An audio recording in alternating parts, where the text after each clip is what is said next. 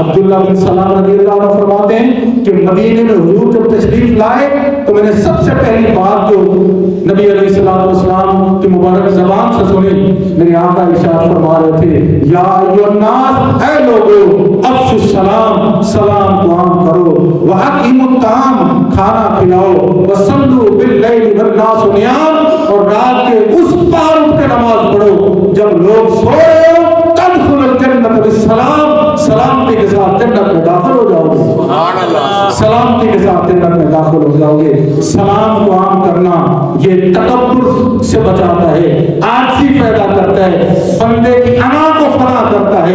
عزت اور عظمت عطا فرماتا ہے۔ کھانا کھلانا یہ بھی بڑے عظمت والا کام ہے، بڑی فضیلت والا کام ہے، بلکہ جنت میں داخلے کا سبب بن جاتا ہے بندہ اگر کسی کو کھانا کھلاتا ہے۔ اور تہجد، اللہ اکبر، یہ تو ایسا عمل ہے، ایسا عمل ہے کہ پچھلی راتی رحمت رب دی کرے بلند آوازہ، بخشش منگڑ والے کارن کھلا ہے دروازہ۔ مشکل بہت نفس پہ، ساری دنیا جب سو رہی ہو، اس پہر اٹھ کے بندہ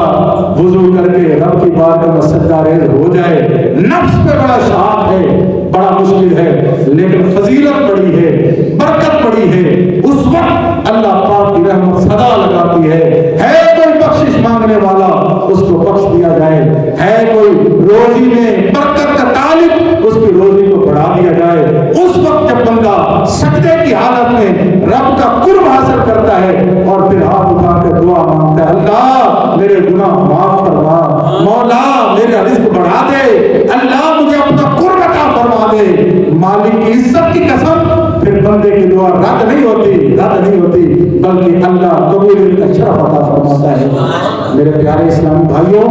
رجب آ رہا ہے، شہر اللہ ہے، اس مہینے کی قدر کرتے ہوئے اس مہینے میں نفلی روزے رکھنے کی نیت بنائیے، نفل نماز کی کوشش کیجیے، تہجد میں اٹھنے کی سعادت پائیے، اور پھر شعبان آئے گا، شعبان کے بعد پھر رمضان آ جائے گا، انشاءاللہ خوب نیکیوں کی دھوم دھام ہوگی اور نفل کا ثواب فرض کے برابر ہو جائے گا، فرض کا ثواب 70 گنا بڑھا دیا جائے گا۔ ابھی سے اپنی مزاج اور اپنی طبیعت کے اندر جو ہے عبادت کا ذوق اور شوق پیدا کیجیے، ابھی سے اپنی عادت جو ہے وہ عبادت کے لیے بنائیے، انشاءاللہ رب راضی ہو جائے گا۔ اللہ کریم ہم سب کو عمل کی توفیق عطا فرمائے، آمین بجاہ نبی صلی اللہ علیہ وسلم۔